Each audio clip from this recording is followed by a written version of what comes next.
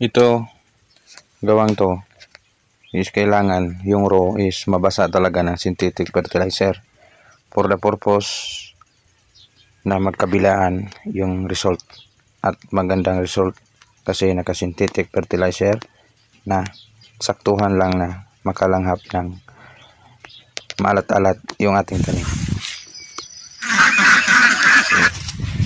Dali lang. Napakasimple.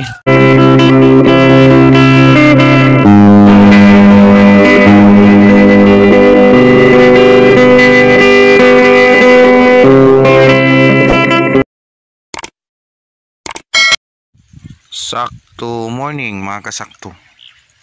So kasakto, yung ipakita natin ngayon is yung actual na pag-cultivate ng ating improvised nursery gamit yung stick lang na kawayan.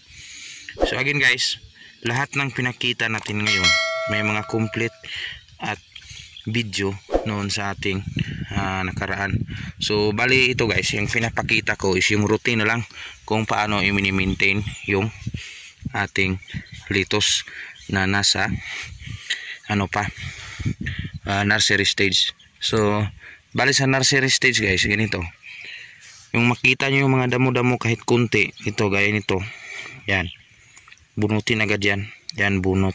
At yung lupa is sa tingin nyo is nako-close na, ito parang nagdikit-dikit, nagkumpulan niya, kailangan nyo i-cultivate. Pero guys, sa in-between sa puno ng litos, dito huwag nyo ilapit, kasi dito guys may ugat na yan.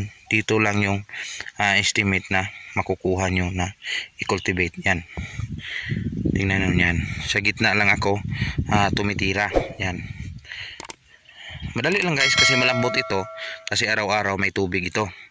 Yun nga, yung katabi natin na piniprepare na area is kumapal yung damo yan sa paligid. Kahapon napakita natin yan, yan kumapal, pero hindi na tayo mabahala dyan guys, kasi may 2 araro pa yan before matransplant ito.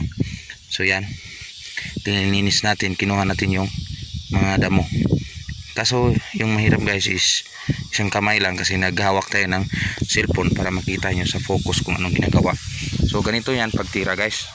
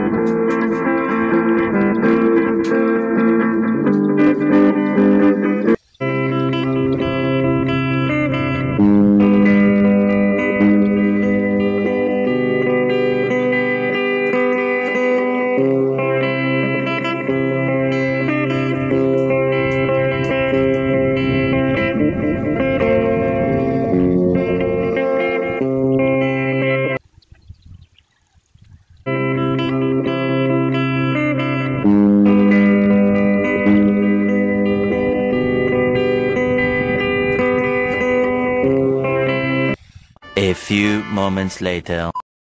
So guys, example, natapos na natin sa pag-cultivate ng ating litos. So yung purpose nito is double purpose. Na cultivate nyo na, maglagay na tayo ng konting synthetic fertilizer or commercial fertilizer. Again, ano ba yung gamitin natin na synthetic?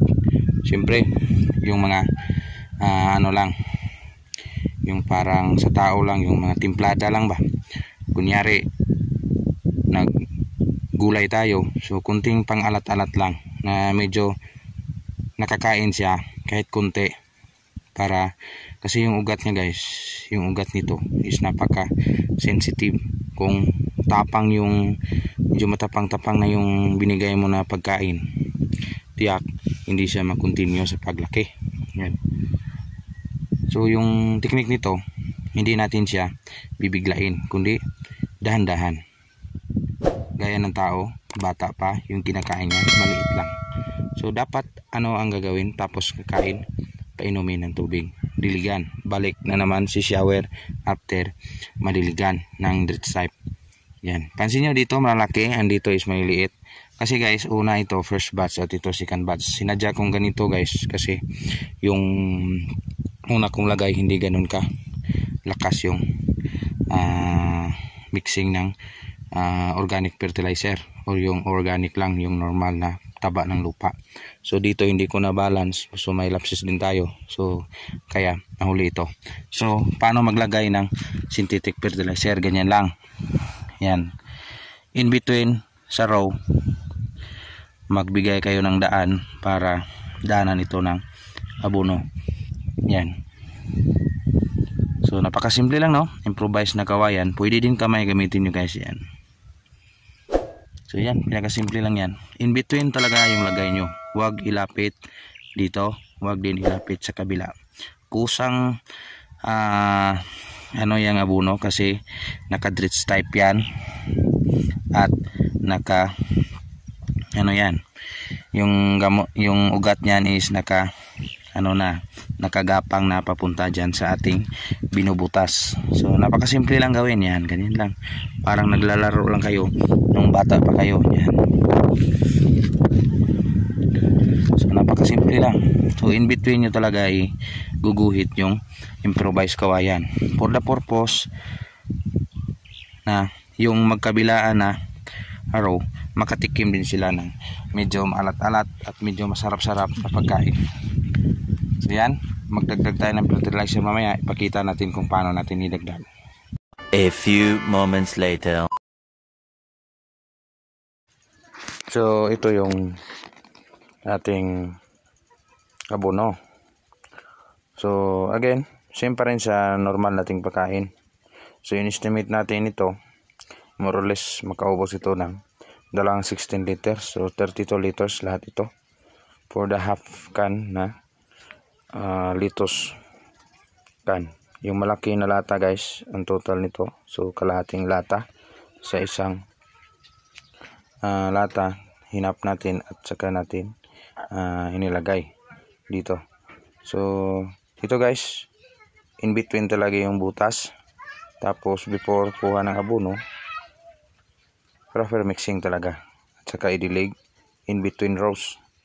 So sa gitna ng rows guys, estimate nyo lang yung 1 liter na improvised na tinatabo, yan, in between natin siya ilagay for the purpose talaga na sumisip-sip yung abono.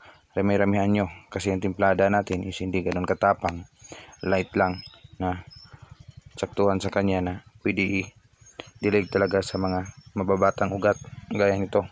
Nasa improvised nursery tayo, so talagang hiyang sa kanya yung pataba. So guys, ipakita natin kung paano ito dinilig. So yung actual video nakita nyo sa malapitan kanina, so ganito yon. Yan, kung dalawa ng kamay nagtatrabaho. A few moments later. So ito na yung finished product niya guys. So tapos na natin dagdag yung ating synthetic fertilizer o commercial fertilizer. So napakahiyang tingnan kasi fair yung dagdag natin sa butas, talagang insakto doon sa in between rows. Hindi man tayo perfect sa pagtanim nito, gusto natin malagaan, bata pa siya hanggang sa paglaki niya.